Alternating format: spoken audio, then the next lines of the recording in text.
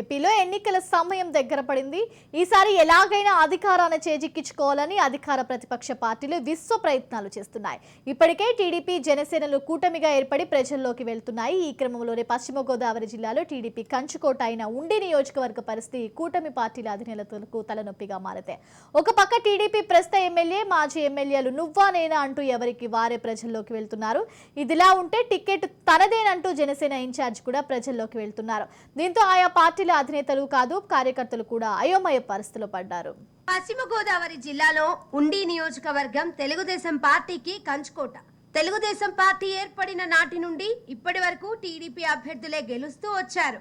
2004లో YS Rajasekhar Reddy ప్రపంచనంలో, 2019లో Jagan సునామీలో కూడా ఇక్కడ TDP జెండా రెపరెపలాడటమే దీనికి పెద్ద నిదర్శనం. కేవలం ఒక్కసారి మాత్రమే ఇతర పార్టీ అభ్యర్థి ఇక్కడ గెలుపొందారు.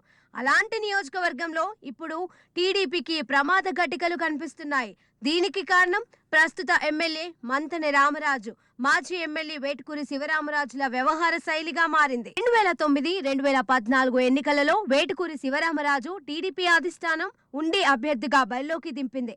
ఆ ఎన్నికలలో శివరామరాజు ఘన విజయం సాధించారు.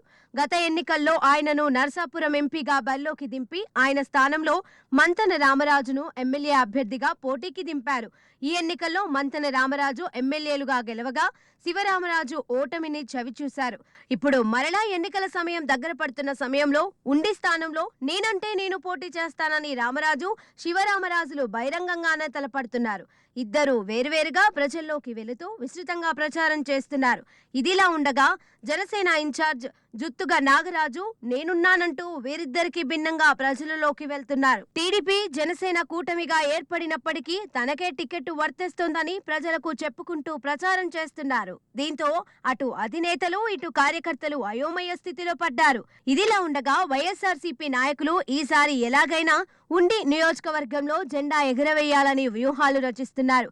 టీడీపీ జనసేన నాయకుల వ్యవహార తీరుపై తమదైన శైలిలో విమర్శలు గుప్పిస్తూ ముందుకు వెళ్తున్నారు.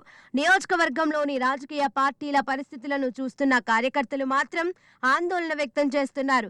ప్రస్తుత ఎమ్మెల్యే, మాజీ ఎమ్మెల్యేల వ్యవహార శైలితో టీడీపీ కంచుకోటలో ఈసారి ఏమి జరుగుతుందో అని ముఖ్యంగా తెలుగు తమ్ముళ్లు సందిగ్ధంలో పడ్డారు. ఇప్పటికైనా కూటమి అధినేతలు పరిస్థితిని చక్కదిద్దాలని అభిప్రాయాన్ని వ్యక్తం చేస్తున్నారు. లేకపోతే నష్టాన్ని చవి చూడాల్సి వస్తుందని జోస్యం చెబుతున్నారు. మరి కూటమి అధినేతలు జాగ్రత్త పడతారో లేదో చూడాల్సి ఉంది. ఈసారి ఉండి నియోజకవర్గంలో ఎన్నికల పరిస్థితి ఎలా ఉండబోతుందో, ఏ జెండా ఎగరబోతుందో అని కొంతమంది రాజకీయ విశ్లేషకులు కూడా ఆసక్తిగా ఎదురుచూస్తున్నారు.